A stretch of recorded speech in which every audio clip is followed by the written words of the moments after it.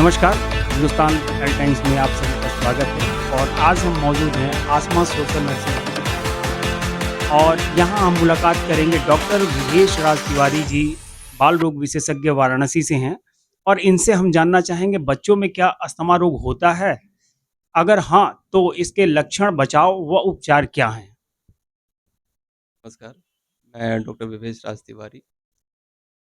जो general public है उसमें ये बहुत ही मिसकंसेप्शन भी है कि बच्चों में अस्थमा या तो नहीं होता है या तो ना के बराबर होता है। लेकिन ऐसा नहीं है, बच्चों में भी अस्थमा लगभग उतना ही कॉमन है जितना कि बड़े लोगों में है।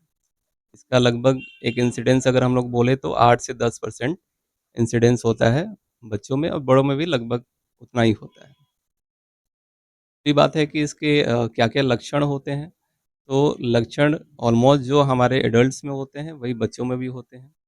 जैसे कि खाँसी आना, छींक आना, नाक से पानी गिरना। उसके अलावा कुछ जो अलग लक्षण होते हैं, जैसे बच्चों में चिड़चिड़ापन आ सकता है, बच्चा दूध नहीं पिएगा, इंटरेक्शन कम हो जाएगा और बहुत ज़्यादा सीवियर अगर होता है, तो बच्चा लेथार्जिक हो सकता है, साँस लेने में समस्या हो जाती है। तो इसमें सर क्या जैसे हम बड़ों में इन्हेलर का यूज़ करते हैं, उपयोग करते हैं, तो क्या बच्चों में भी इन्हेलर का यूज़ होता है? जो अस्थमा का जो मेन ट्रीटमेंट है, एक्चुअल में ट्रीटमेंट से पहले मैं ये बताना चाहूँगा कि इसके क्या-क्या रोकथाम हो सकते हैं। तो जो अस्थमा का जो मुख्य कारण है वो होता है एलर्जिक। तो जैसे बड़ों में भी है एलर्जी की वजह से कॉमनली जो है अस्थमा देखने को मिलता है, वैसे ही बच्चों में भी एलर्जी की वजह से अस्थमा जो है कॉमनली देखने को मिलता है। जैसे कि अगर कोई बच्चा बाहर धूल-धक्कड़ इन सब चीज़ों में जाता है, तो उसकी वजह से उसे अस्थमा का अटैक आ सकता है। उसके अलावा अगर ठंड का जैसे अभी कोल्ड का सीज़न चल रहा है, विंटर सीज़न चल रहा है, तो उसमें भी किसी को कोल्ड से एलर्जी होती है। तो कोल्ड की वजह से भी अस्थमा का अटैक बच्चों में आ सकता है। तो जो भी कारण है, जिस भी कारण से अस्थमा हो रहा है, उसका उसे हम लोग क्या चाहते हैं कि उससे उसे प्रिवेंट करें। हमेशा आप लोगों ने सुना है कि prevention is better than cure. तो हमेशा जो रोकथाम है, वो उपचार से हमेशा ही बेहतर होता है। तो हमारी भी कोशिश यही रहती है कि थ्रू अवेयरनेस जागरूकता फैला के और पेरेंट्स को ये चाहिए कि अगर उनके बच्चे में किसी भी प्रकार की अगर एलर्जी है जिसकी वजह से ये समस्या हो रही है, तो उन सब चीज़ों से पहले उसे बचा के रखें, उसे रोकथाम करके रखें। जैसे अगर बच्चा बाहर निकल रहा है, तो मास्क लगा के निकले। ठंडी के समय में कोल्ड से बेहतर तरीके से जो है उससे बचा के रखें, ताकि इन सब चीज़ों का उस पे असर ना हो।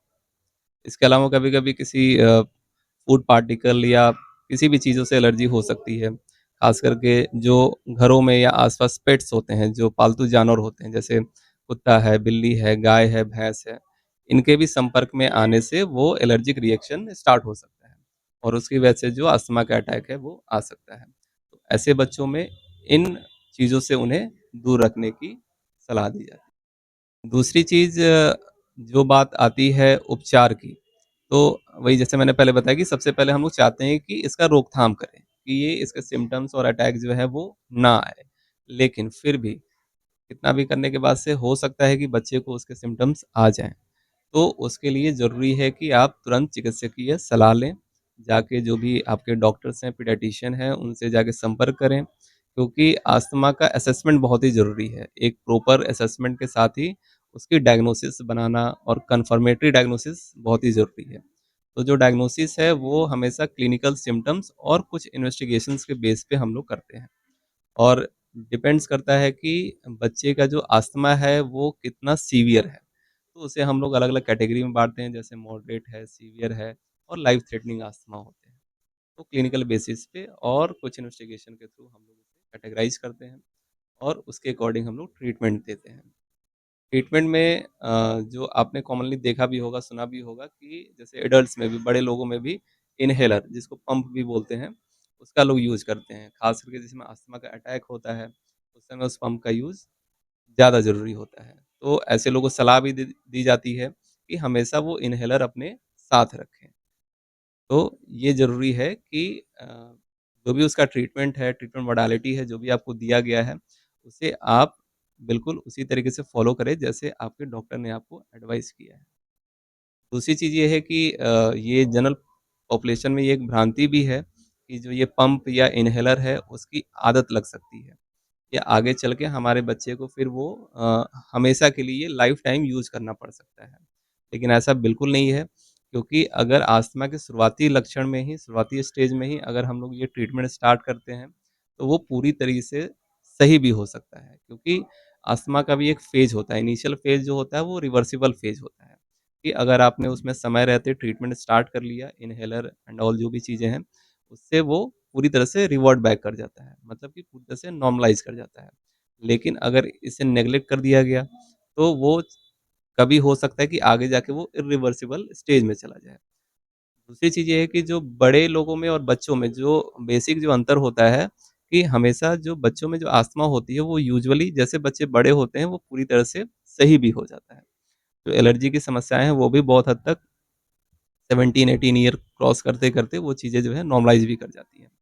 हालाँकि वही आप एडल्ट्स में देखेंगे तो उनमें ये डिपेंडेंसी ज़्यादा रहती है, कि उन्हें हो सकता है कि लाइफ़ लॉन्ग जो है वो इन्हेलर का यूज़ करना पड़े। तो जो भी अभिभावक हैं, वो बिल्कुल इससे परेशान ना हों और इससे डरे नहीं कि अगर उनके बच्चे को एक बार इन्हेलर स्टार्ट हो रहा है, तो वो आजीवन चलेगा, तो वो एक समय के बाद बंद भी हो जाता है।